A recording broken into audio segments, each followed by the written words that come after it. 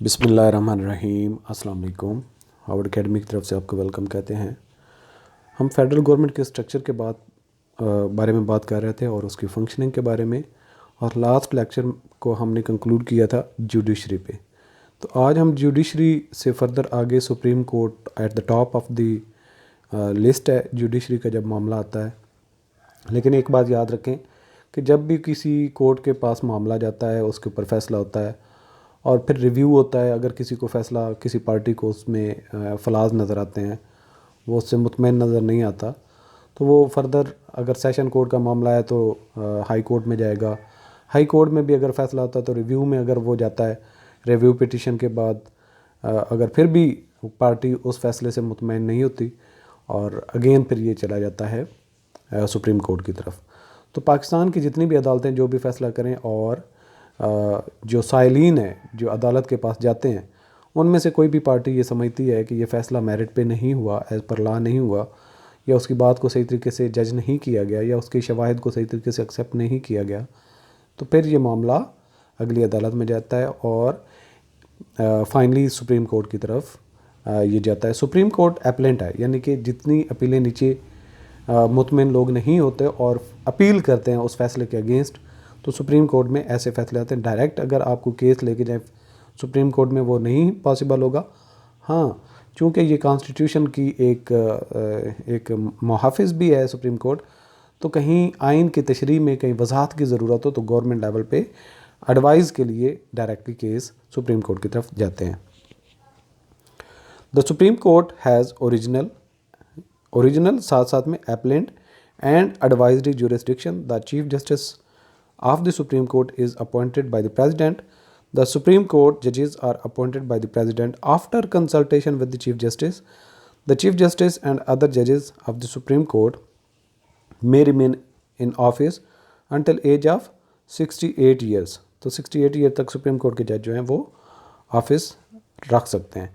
Federal Shariat court है, definitely नाम से ही ज़ाहिर है कि शरीयत के जितने भी मामला हैं या पाकिस्तान में कानून साजी करते वक्त अगर कहीं पे शरीयत को मलूज़ खातिर नहीं रखा गया, या ऐसा कोई कानून पास कर दिया गया है जिसको अप्लाई करते वक्त कानून की खिलाफ वर्जी हो रही है और वो कानून इस्लाम है, तो शरीयत की खिलाफ वर्जी के ख़िलाफ़ कोई भी ऐसी चीज़ होगी तो फेडरल शरीयत कोर्ट उसका ख़ुद भी एक्शन ले सकती है, उसकी रिव्यू में भी जा सकती है और कोई ख़ुद भी अपना मामला यहाँ पे लेके जा सकता है। The federal Shariat court of Pakistan is a court which has the power to examine and determine whether the laws of the country comply with Shariat law.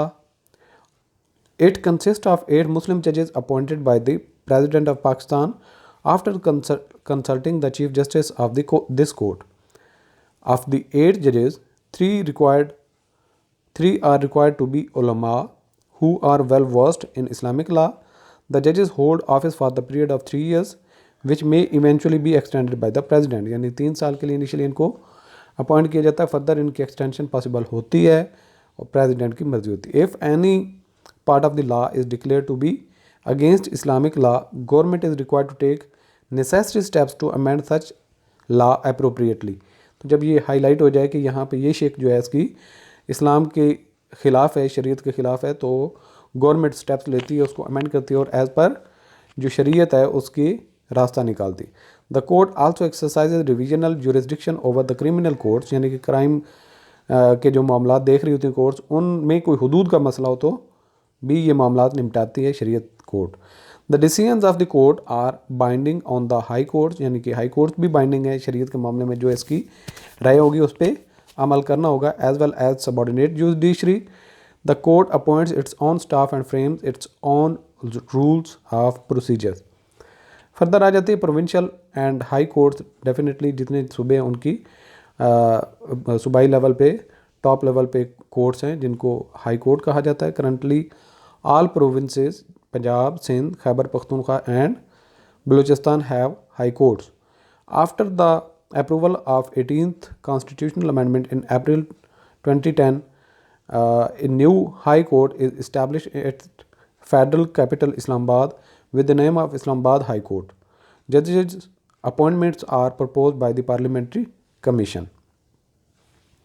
In addition, there are special courts and tribunals to deal with specific kinds of cases, यानी कि इसके अलावा भी further कुछ अदालती निज़ाम में जो छोटे छोटे स्पेसिफिक मामला हैं जिनमें स्पेशल डिग्री होल्डर या फिर स्पेशल क्वालिफ़िकेशन या स्पेशल एक्सपीरियंस रखने वाले जजेस उसी तरह के स्पेशल मामला को देखते हैं। वो कौन कौन से हो सकते हैं, जैसे कि ड्रग कोर्ट्स हैं, ड्रग के मामला को देख रही होंगी।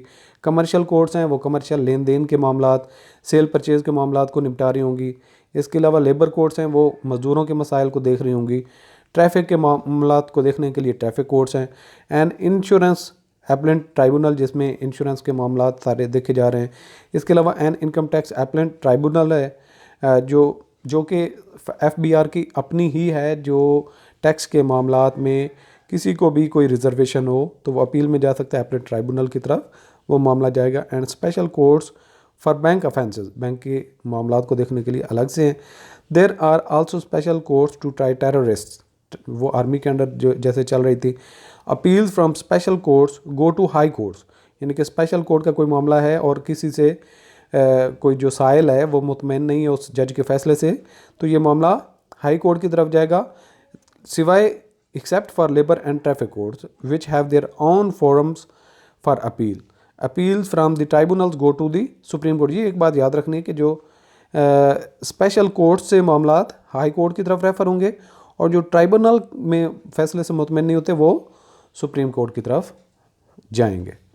इसके बाद आ जाते हैं ओम्बड्समैन मुतसिब, यानी कि किसी से अगर शहरी से कोई ऑफिस होल्डर ज़्यादती करता है और अपनी हदूद से बढ़ के ज़्यादा उससे कोई मतलब उसकी कानून का इस्तेमाल करता है, तो इस तरह की चीज़ों को रोकने के लिए ओम्बड्समैन बनाए गए हैं। और ये एज़ पर दी प्रीवियस जो एक ट्रेडिशन है मुस्लिम दुनिया में, मुस्लिम शहरी को तहफ़्फ़ुज़ देने के लिए कि किसी से कोई ज़्यादती ना कर पाए, तो ओम्बड्समैन बनते थे। उसी के तनाजुर में अब ये भी काम कहते हैं। A further feature of the judicial system is the office of the Mohtasib, जिसको ओम्बड्समैन इंग्लिश में कहते हैं, which is provided for in the constitution, यानी कि इसमें आइन में इसकी जगह दी गई है ओम्बड्समैन की।